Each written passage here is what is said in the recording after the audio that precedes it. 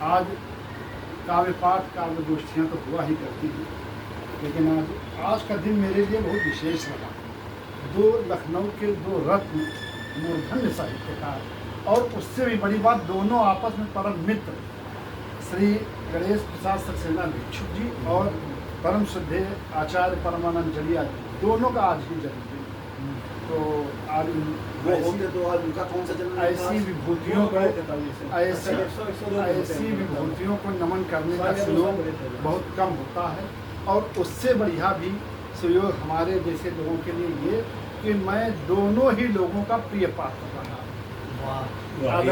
आदरणीय परमानंद जड़िया जी की बात चली तो इतनी स्मृतियाँ कौंध गई दिमाग में कि अब उसमें से एक छोटी छोटी, एक चाहे काव्य पाठ मेरा कम हो जाए, निराला साहित्य परिषद महमूदाबाद का एक समय में सक्रिय रहा, तो वहाँ पे आपके अनिल गेवती जी, क्या नाम है ये, विनोद गुप्ता जी और वाजपेयी जी, ये सब लोग करते थे।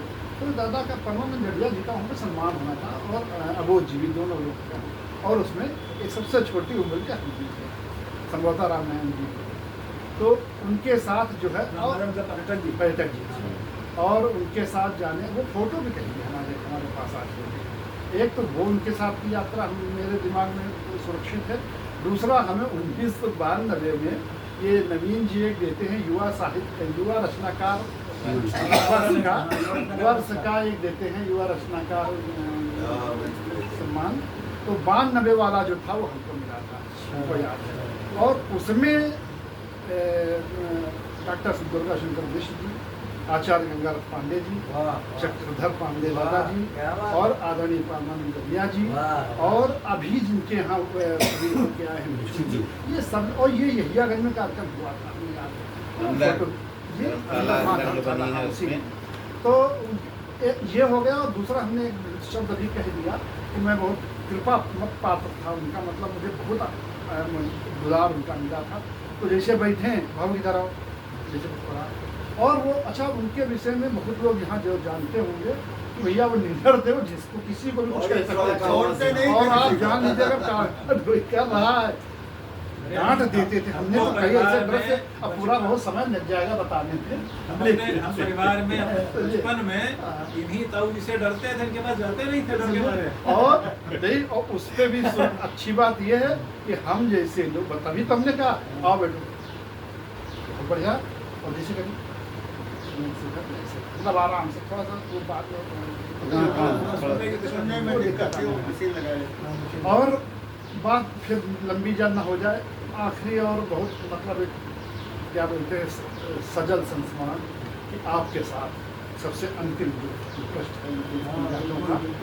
है वत्सल जी बैठे हैं, तो हम जा रहे थे, आपने हमको बुलाया था वहाँ पे अपने शादी में, हमको दोनों को जज बनाया था, तो उसमें तो ये सुयोग बना, अभी थोड़ा समय है, यहीं पे हम लोग कुछ जलपान किए, जलपान कराए, बोले आप चलते हैं, और ताऊ जी से मिल, अच्छा अगर वो बेचारे उस वो इतना कचोटता है, जो आदमी शेर की तरह बताने वाला व्यक्ति हो, जो आचार्यत्व का जिसके अंदर पूरा बुद्ध हो, जो मतलब किसी को मतलब वो अहंकार वाला नहीं कि यदि फलाने से कहेंगे तो गुस्सा ले कह देती, वो व्यक्ति मतलब उनको दिक्कत नहीं समझ मिले, हमें लगता महीने 2 महीने बाद। तो ऐसी पुण्यात्माओं को नमन करने का ये संयोग बना है। और हाँ, बृहस्पति जी के उसी दिन हम पहुँचे थे नाटी में, तो ये तमाम आज हम रास्ते में किसी से कह रहे थे कि हमें संस्कार 2 चीज़ों पे काम नहीं हो रहा है लखनऊ में, और हमारा बड़ा महला के हमने एक पे काम शुरू ही कर दिया है, वो एक तो एकांकी पर नहीं हो रहा, दूसरा संस्मरण पर, तो संस्मरण और एकांकी जो चीज़ें, तो संस्मरण हमने शुरू किया। अच्छा, हाँ शुरू कर दिया, हमने काफ़ी बहुत कर दिया, बहुत अच्छा। तो उसमें इतनी बातें हैं, अभी से आज देखिए आप हम सबको जो है वो अवसर प्रदान कर दे, इतनी बातें हो।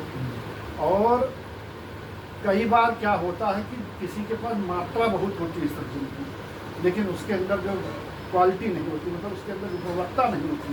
लेकिन श्रद्धेय परमानंद जड़िया जी ऐसे शख्सियत थे कि उनकी मतलब हमको लगा 100 के लगभग जो है पुस्तक 121 हैं, 101 पुस्तकें अरे भी, बाद में निकली, मतलब मतलब 120 समझिए। है ना। हाँ, और 120। उतने ही आप ऐसे भी आप बता ही रहे थे।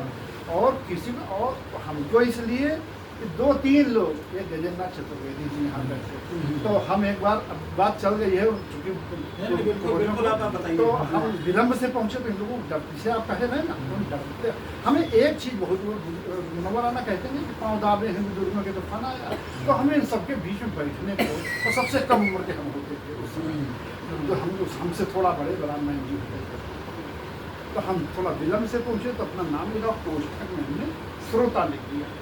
तो संचालन, हम अगर गलत नहीं है तो नेतपाल जी संचालन कर रहे थे।